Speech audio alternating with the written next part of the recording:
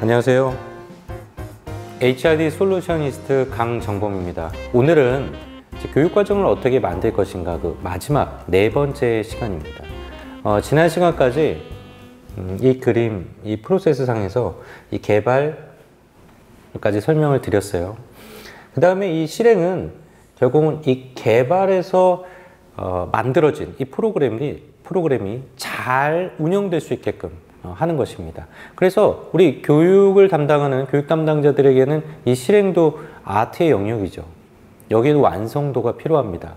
그리고 실제로 많은 부분이 이 실행단에서 이 프로그램의 성패가 결정이 돼요.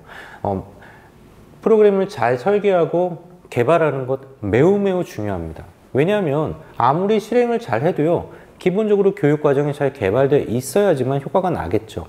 그러나 실제로 개발이 잘 돼 있어도요, 교육 담당자가 어떤 마인드로 하느냐, 또 학습 참가자들이 어떤 마인드로 참여하느냐, 이러한 여러 가지 요인들에 따라서 실행의 완성도는 천차만별 차이가 납니다.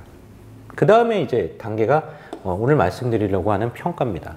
저는 개인적으로 이 교육과정의 평가는 이 교육과정이 처음부터 끝까지 모든 프로세스를 쭉 하나로 훑어주는, 또 이어주는, 꿰뚫어주는 척추와도 같다, 백본과도 같다. 그만큼 중요한 이 활동이 평가입니다. 잘 보세요. 요구 분석을 하고 나면은 이 요구가 어떤 형태로 해결이 되는지, 그리고 문제가 없어지는지에 대한 결과의 이미지를 상상해야 돼요.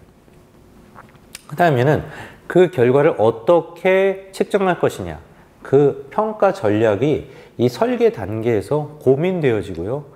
그 고민되어진 평가 전략이 이 설계 단계에 담겨서 개발 단계에서 구체적으로 평가 매트릭스라든지 평가 체크리스트라든지 또 평가 문항이라든지 개발이 돼야 됩니다.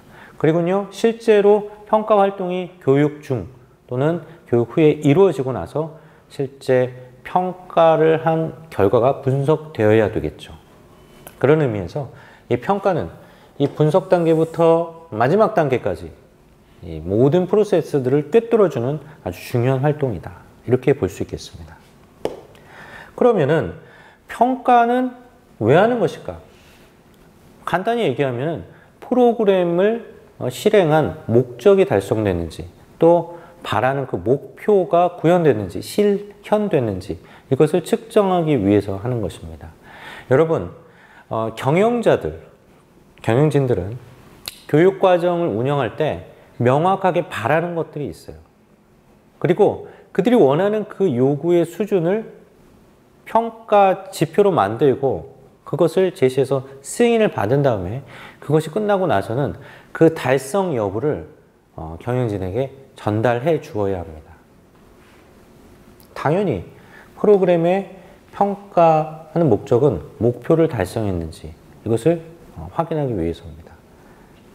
또 두 번째는 교육에 참여한 사람들이 어떤 행동 변화를 겪었는지, 그리고 그들에게 어떠한 지식 수준의 향상이라든지 또 그들이 팀 안에서 어떤 영향을 미치게 됐는지, 이게 일종의 행동 변화겠죠.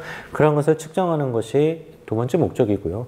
다음은 학습자들의 강점과 약점을 파악하는 데도 이 평가의 중요한 목적이 있습니다. 여러분 잘 보십시오. 우선은 기업에서 교육과정은 리더십의 영향력, 그리고 사업에 영향을 많이 미치는 우수 인재들부터 교육을 진행하는 게 현실입니다. 대부분의 기업이 그렇죠.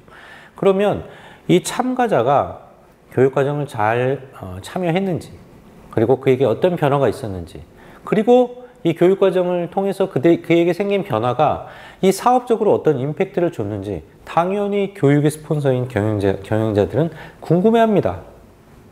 그래서 사실은 교육과정이 끝나고 나면 관찰자가 관찰한 내용, 주로 운영자들이죠. 운영자의 관찰 일지, 그리고 강사의 피드백, 그리고 다양한 방식의 평가 결과가 끝나고 나면은 하나의 아웃풋으로 나와서 상세한 내용이 경영진들에게 전달되어지는 것이 가장 이상적입니다. 특히 그렇게 우수 인재들을 육성하겠다고 하는 프로그램일수록 더욱 그렇습니다. 저 개인적으로는 부서장을 앞두고 있는 과차장급의 우수 인재들을 교육했던 과정에 참여시켰던 경험이 있는데요. 정말 그 사람 한 사람에 대해서 평가 결과가 아주 많이 나왔어요. 왜냐하면 그 교육기간이 한 22주 진행이 됐었거든요. 그래서 그 나온 내용들을 간단히 보기에 그래프라든지 간단한 키워드 중심으로 코멘트를 적어서 경영진에게 보고했던 기억이 있습니다. 아주 흡족해 하시더군요. 중요한 목적입니다. 그리고요, 프로그램 대비 효과성 파악, 특히 이제 비용 효과성 파악이 또 하나의 아주 중요한 목적이라고 할 수 있습니다. 그래서 얼마를 투자해서 이 교육과정을 통해서 얼마를 거뒀다, 수익을 거뒀다, 이러한 분석이 만약에 이루어질 수 있다면 사실은 교육과정에 대한 많은 논란과 또는 도전들에 대해서 이야기할 것이 충분히 근거들이 많이 마련될 수 있을 거라는 생각이 됩니다. 그럼 이러한 목적을 바탕으로 어떠한 평가에서의 내용들이, 항목들이 포함될 것인가?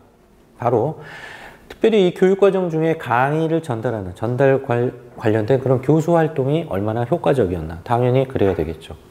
이 교육과정이 이 강사가 전문성이 있습니까? 이 내용이 나의 업무 수행에 도움이 되었습니까? 이런 내용이 평가 내용에 들어가야 합니다.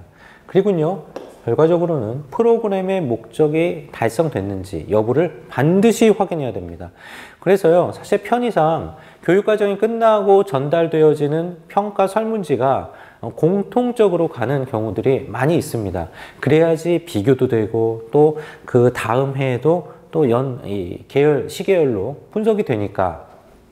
그러나 사실은 저는 이제 그런 것들은 기본으로 놓고요. 그래서 비교 자료로 쓰고 그 교육과정의 목적 달성 또 목표 달성 여부를 확인할 수 있는 평가 도구는 별도로 또 만들어져야 된다고 생각이 됩니다. 그것이 이상적입니다. 그 다음엔 학습자들에 대한 개선, 또 뭐 테스트의 결과, 행동 변화 이런 것들을 측정한 결과물도 당연히 이 평가 결과에 포함이 되어야지만 앞에서 말씀드린 학습자들의 이 평가, 이 부분의 목적도 충분히 달성할 수 있는 근거가 될 것이다. 네, 여러분 이 평가라는 것 매우 중요합니다. 그래서 경영자들이 던지는 챌린지, 요구사항 이런 것들에 대해서 교육과정의 이 필요성 그리고 얼마나 어떤 효과를 거두었는지에 대한 근거 자료로 제시될 수 있기 때문에 반드시 여러분들은 이 평가를 어떻게 할 것인지를 처음부터 염두에 두고 교육과정을 개발해야 한다. 여러분께 이것을 또 강조드립니다. 오늘 순서는 이것으로 마치도록 하겠습니다. 감사합니다.